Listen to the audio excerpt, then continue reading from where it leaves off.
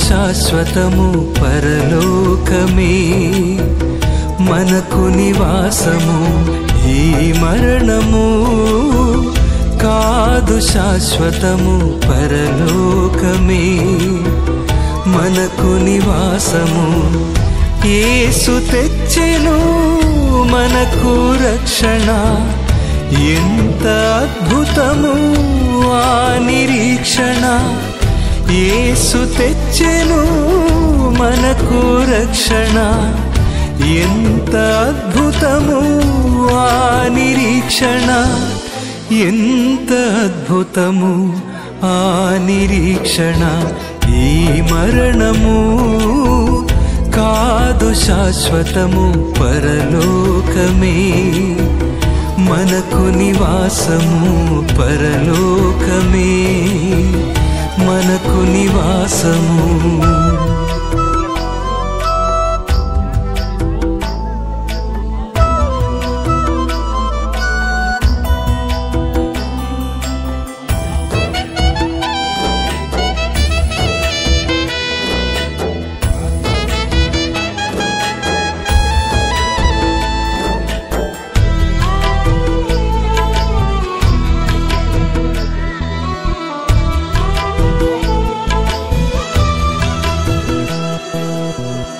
జగతు పునాది వేయక ముందే మనమెవ్వరు ఎవరికి తెలియక ముందే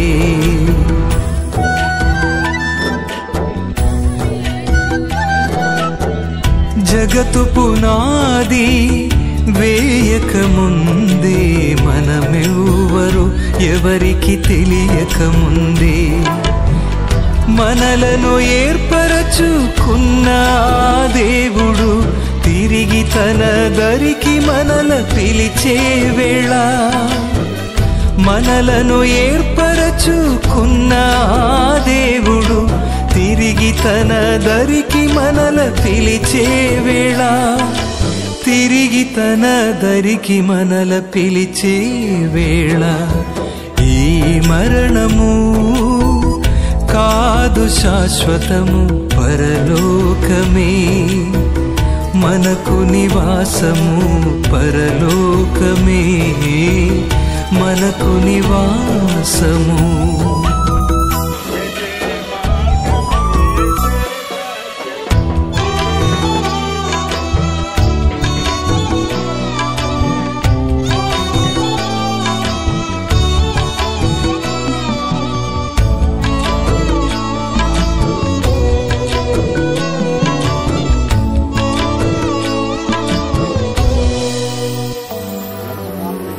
యేసు నామమును ఎరిగిన వారు పాప శ్రమలకు అర్హులు కారు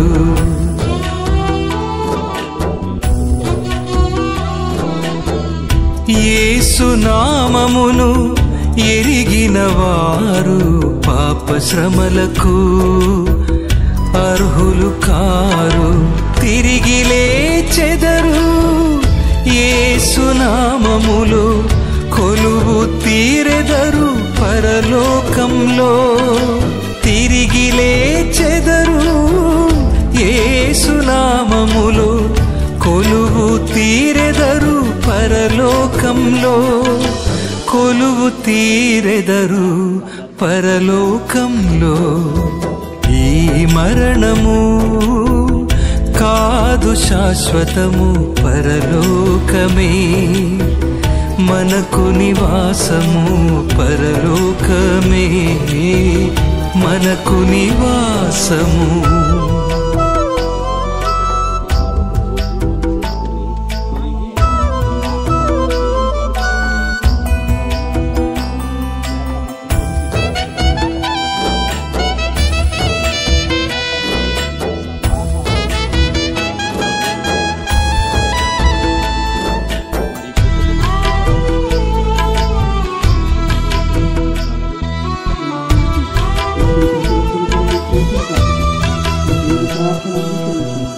కురిసే ప్రతి కంటి నీరు ప్రభువు తుడుచును మరణము మబ్బులను కరిగించును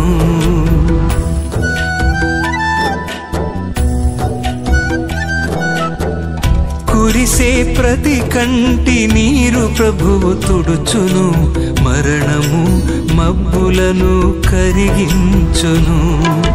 వేదనలు రోదనలు రద్దు చేయును, గతకాల సంగతులు గతించిపోవును. వేదనలు రోదనలు రద్దు చేయును, గతకాల సంగతులు గతించిపోవును. గతకాల సంగతులు గతించిపోవును. ఈ మరణము కాదు శాశ్వతము, పరలోకమే మనకు నివాసము. ఈ మరణము కాదు శాశ్వతము, పరలోకమే మనకు నివాసము. యేసు తెచ్చెను మనకు రక్షణ, ఎంత అద్భుతము ఆ నిరీక్షణ. యేసు తెచ్చెను మనకు రక్షణ, ఎంత అద్భుతము ఆ నిరీక్షణ. ఎంత అద్భుతము ఆ నిరీక్షణ. ఈ మరణము కాదు శాశ్వతము, పరలోకమే మనకు నివాసము. పరలోకమే మనకు నివాసము.